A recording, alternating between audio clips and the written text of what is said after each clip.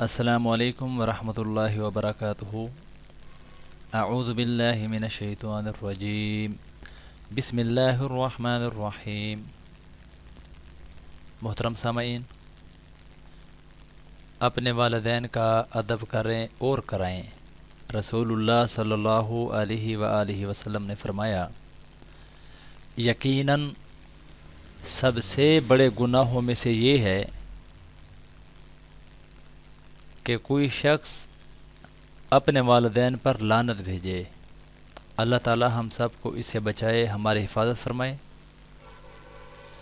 پوچھا گیا، یا رسول اللہ صلی اللہ علیہ وآلہ وسلم، کوئی شخص اپنے ہی والدین پر کیسے لعنت بھیجے گا؟ نبی کریم صلی اللہ علیہ وآلہ وسلم نے فرمایا کہ وہ شخص دوسرے کے باپ کو برا بھلا کہے گا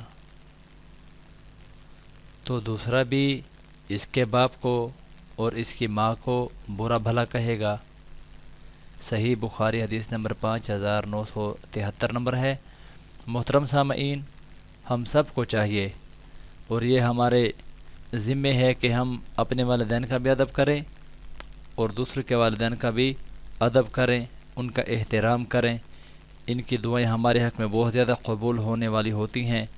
اللہ رب العزت ہم سب کو ان کی نافرمانی سے محفوظ فرمائے اور اللہ رب العزت ان کے ادب اور ان کے احترام کے عوض میں ہماری بخشش کا فیصلہ فرمائے۔ اللہ ہم سب کا حامی و ناصر ہو۔